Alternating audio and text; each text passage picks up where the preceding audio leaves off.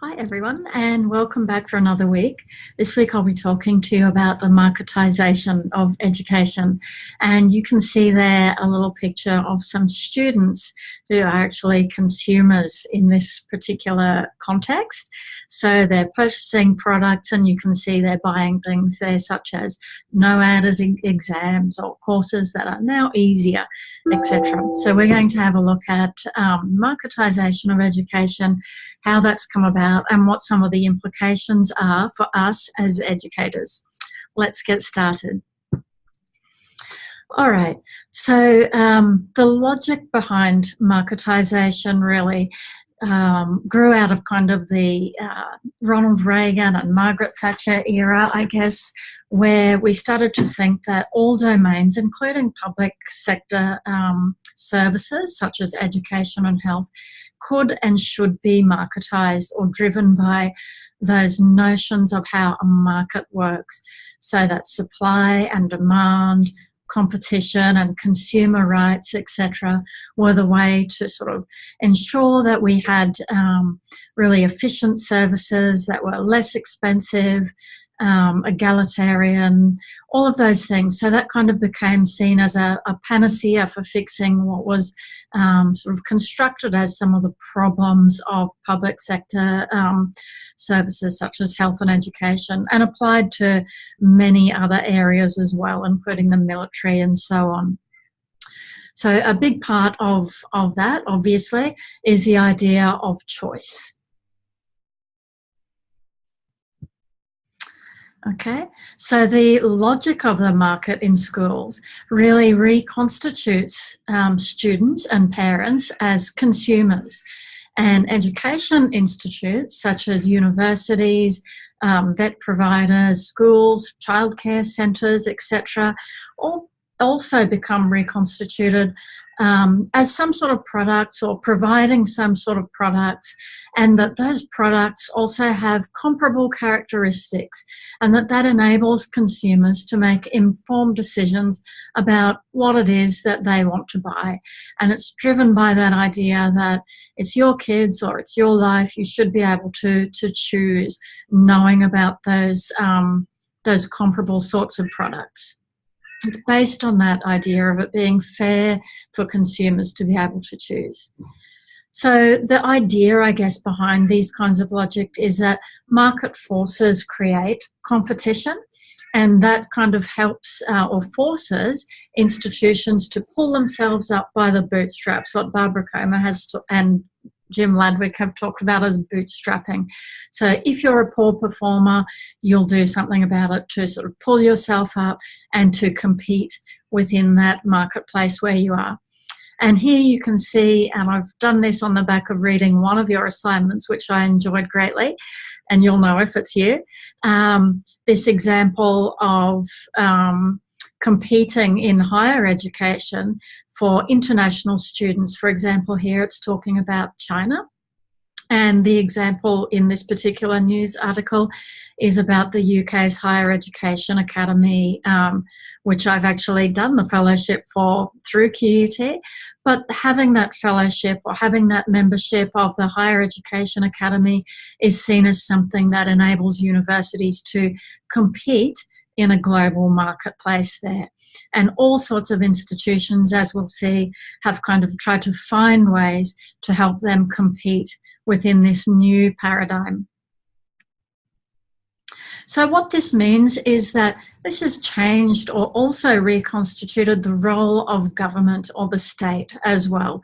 So this is something that we didn't see before, where public services such as health, education, military, etc., were something that governments thought of as a public good that were to be provided. So neoliberalism, or this idea of market-driven values, has seriously, or significantly I should say, changed those relationships. So the creation of markets doesn't just happen by chance. It's actually created and encouraged through government policy.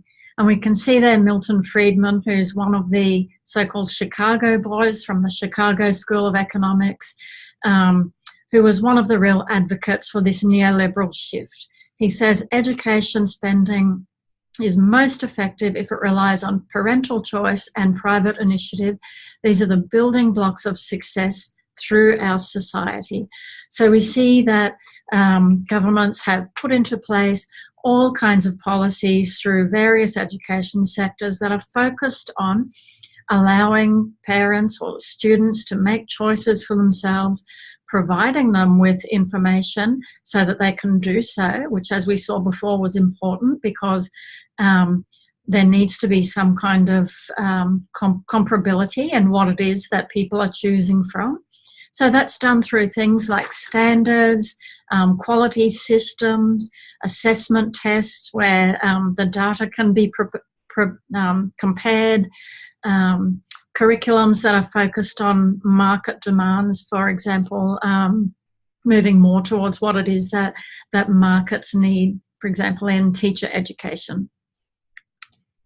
And we can see that this view is really common in Australia. So, for example, when Julia Gillard was our education minister, this was the argument that she provided as to why we actually needed to have My School, which is the system that, the website, I should say, that publishes school, NAPLAN, and other data as well.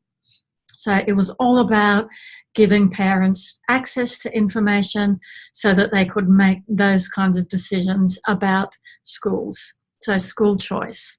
Okay, and you can see there that she says parents are hungry for that kind of information there.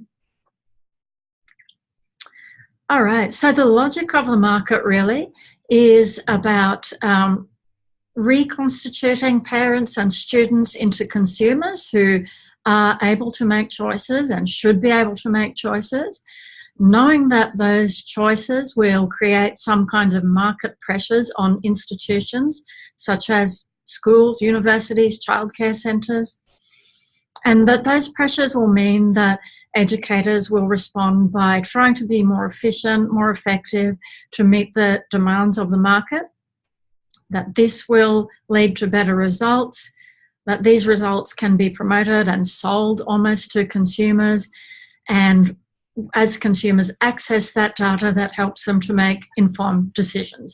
So that's really the logic of the market. And as our friend Pierre Bourdieu points out there, neoliberalism creates a drive towards markets that calls into question any and all collective structures that could serve as an obstacle to the logic of the pure market.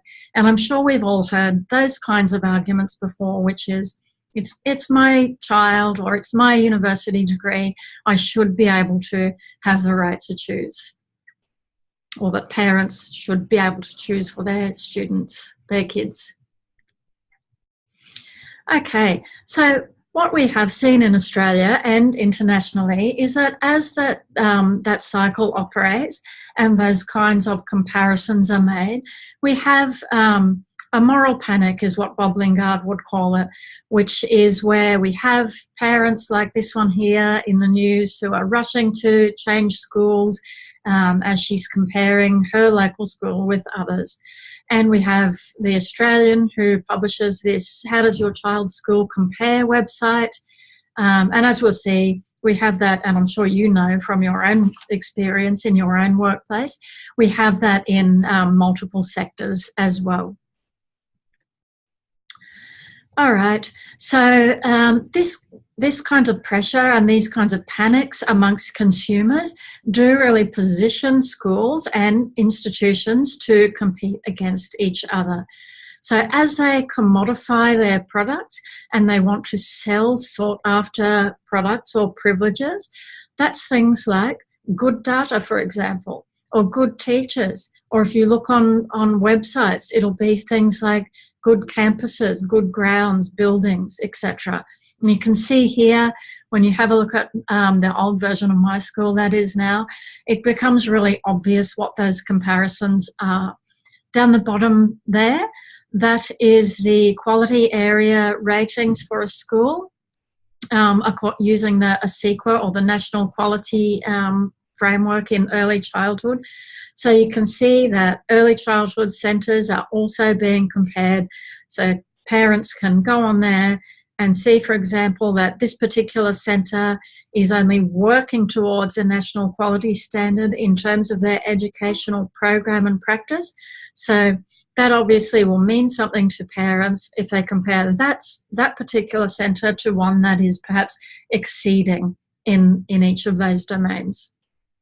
So as Connell points out, there needs to be visible winners and losers if parents or students are going to be persuaded to move elsewhere, to become visible winners. Okay, so for if everyone obviously there was exceeding the national quality standards in early childhood, there would be no incentive for people to shop around and make decisions about choice in terms of where they send their kids for childcare. So having visible losers therefore creates visible winners as well within this marketplace. And Gora argues that this publication of data and this amplification of data and league tables, etc., which is required to turn what it is that education institutions sell into products, it's really enabled the marketised system to flourish. And if you have a reflect on your own workplace, I'm sure you'll no doubt have things that spring to mind there around how that system flourishes in your context. So some of the key criticisms of a marketised system really flow back to the kinds of things that we talked about in the earlier weeks of EDN610. So we're talking about whether or not there truly is a level playing field, or whether this system really ignores structural disadvantage. So, can they really sell comparable products, given that, as we know from what we've already studied, there is a great deal of inequality. And even in systems like My School, where NAPLAN data is published and you can actually compare against similar schools in terms of their educational advantage or disadvantage, you can also still compare against all schools in the country. So we have to ask questions about how much structural disadvantage is taken into account. Gilborn and Udell argue that for education to function, it does require the fabrication of a level playing field.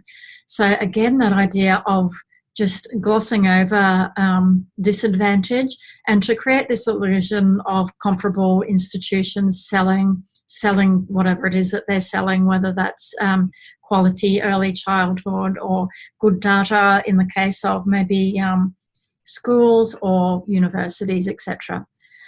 Okay, so Connell actually argues that we need to, for a market to work, it actually requires an increase in inequality, even though, as we saw earlier, the logics of a marketised system are that it will create a more equal system because schools will, or education institutions will, seek to improve their productivity, efficiency, which will somehow flatten inequality. That's the argument. So marketisation is built on ideals of meritocracy. So if we think about it, for example, a public school, even location makes a difference there. So it's not even necessarily about being able to afford to go, for example, to an elite school or an elite university. It can even be about where you live or your postcode. So I took that photo there of a bus in Brisbane. So, and I've seen it around quite a bit the last couple of years. It says, do you want to live in the right school catchment zone? And that particular bus was driving in a catchment zone where the average house prices are at least double the average in Brisbane. So you can go onto domain.com and you can search for schools according to their catchment zone and their NAPLAN results, etc. So if you want to buy a house in an area where there's a school that's got good school results, you can look on their website to do that. The issue is, can somebody who's from a low socioeconomic area realistically afford to move into one of those schools with a capped catchment? And probably not would be the answer. Or can you afford to move near, a GO8 university? Okay, so there are other things that come into play there. It's not just about whether or not you can afford to send your child to independent school, say, or a public school. There's also, if we return to the idea of Bourdieu, the idea of cultural, social capital as well that are coming in. It's not just economic capital. So there's been quite a bit of research in the US. Lois Andre Betchley has looked at this, and in Australia, Joel Windell has looked at this. So the kinds of skills that are really required for parents to even make these school choice decisions, or for students to make school, university or vet decisions. So, for example, social capital comes down to who do we know? In Australia, we've had some research done that indicates, some of the networks that you and your parents have will impact how you actually access work experience, for example, for particular university or vet courses. The cultural capital that's required is also extensive. So even knowing that school choice or kindergarten choices are required takes a certain amount of knowledge. Going about filling in paperwork, knowing which schools are going to be better according to particular results, etc., all require those different forms of capital. And of course, there's been research that's indicated that higher socioeconomic families tend to have the cultural and social and economic capital to access the best schools and the best kindergartens and universities, and that race and social class is also implicated in those who don't have the capital to make those decisions. So we know that more Indigenous students and students living in poverty are at schools that perform poorly on NAPLAN. I think we've discussed that earlier on. What we also have to take into account in terms of marketisation is that as wealthier and middle-class parents make decisions about moving their kids or themselves off to a better performing school or a class, this widens the achievement gap. So Jane Kenway calls that the residualisation of schools and classes. In other words, if the best performing students leave a state school, that means the worst performing students are left at that school. And Joel Windell's also done some work around, he calls it equity for sale, so high performing schools that offer scholarships to low SES students. They will tend to be the students who are performing best academically, so they're even residualising the low performing schools further. Okay, so there's all kinds of impacts on schools themselves in terms of this widening of an achievement gap as these school choice decisions are made. And I just thought that snapshot, it's again from the old version of My School, it's been updated just recently, shows you the kind of data that parents can see, and we have to think, how parents would respond to that. The kinds of parents that actually would make a decision to move their child from that school, and those that might not have the capacity to move their child from that school, even if they were really alarmed by that. And as we'll see in a few weeks' time, a lot of this data is also linked to the emergence of shadow tutoring, shadow education industry, such as tutoring organisations. So all of this has perverse effects on our work as educators. So Gilborn and Udell give an example of what they call rationing education or education triage, where schools then tend to focus their efforts on improvement for students who are most likely to get the biggest bang for the buck of the effort that is put in.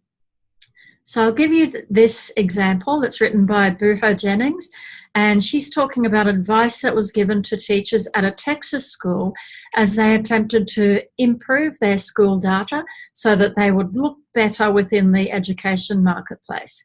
The teachers were told, take out your class's latest benchmark scores and divide your students into 3 groups. Colour the safe cases, or the kids who are definitely going to pass, green. Now, here's the most important part. Identify the kids who are suitable cases for treatment. Those are the ones who can pass with a little bit of extra help. Colour them yellow. Then colour the kids who have no chance of passing this year and hope that, and the kids that don't count, they're the hopeless cases. Colour them in red. So what you want to do is focus your attention on the yellow kids. They are the bubble kids. These ones will give you the biggest return on investment. And I know from my own research in Queensland schools, there's lots of policies that are in fact focused around investing really in policies and programs that will move kids maybe up into a different band of NAPLAN, for example, the upper 2 bands of NAPLAN. And there's various reasons for that.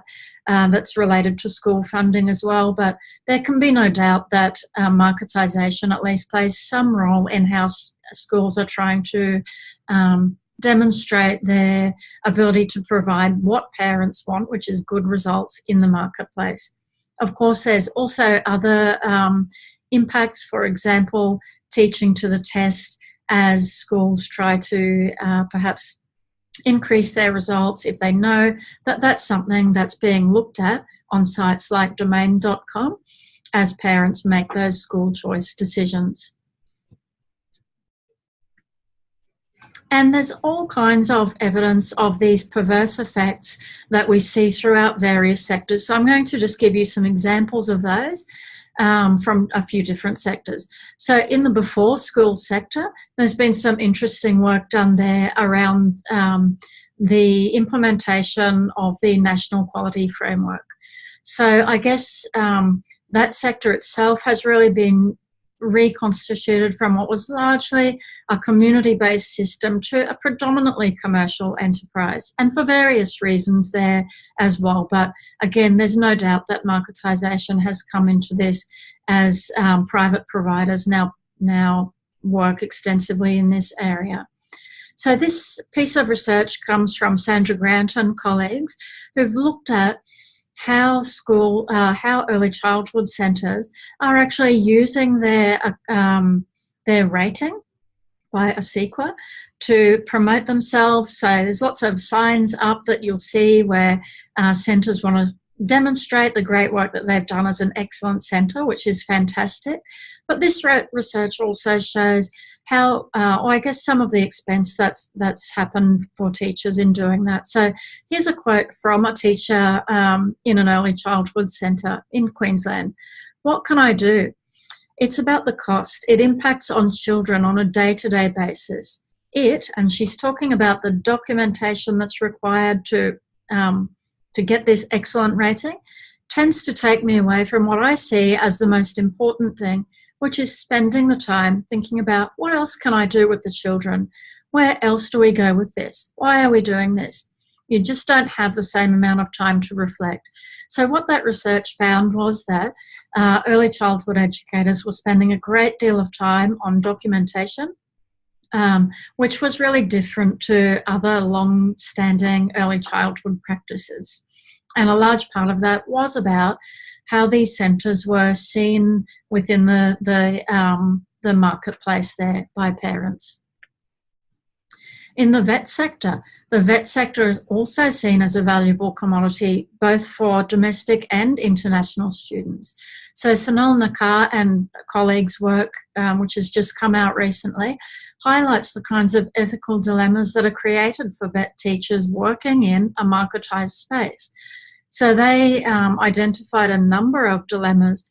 For example, unethical student recruitment and enrolment practices, overlooking of traditional education standards, constraining teacher responsiveness, manipulating learning, changes to assessment, how student diversity is seen, and the impacts, similarly to the previous example, of administrative requirements and online teaching. So here's an example from 2 different teachers in the vet sector who were quoted in this particular paper. So one teacher working for a private provider related how a group of senior citizens had been talked into enrolling in a management and human resource course by persuading them to use their free time to good effect, since the skills they would be getting by doing the course would enable them to assist in the teaching of their teenage grandchildren. So they were selling that course at a high price, knowing that those group of senior citizens would not actually access work. Okay, another working across a TAFE college and a private provider recounted his experience of trying to teach disadvantaged students who had been targeted outside of Centrelink, which is the Commonwealth Government Welfare Support Agency, and persuaded to enrol in a course that would not have helped them in getting any job. And there's all kinds of examples in that particular paper. If you're in that sector, you might be interested in checking that one out. Okay, so that brings us to the end of the session. Really, I guess what we want to think about is how education policy has shifted to enable this kind of new way of thinking that's really taken for granted in the media, as we saw, in the discussions amongst parents, okay, and that has significant impacts on what actually goes on in education institutions, whether that's from birth, with childcare centres through to kindergartens, schools, and vet sector universities. Okay, so definitely this will relate to many of you, and thank you all for listening. Okay, bye.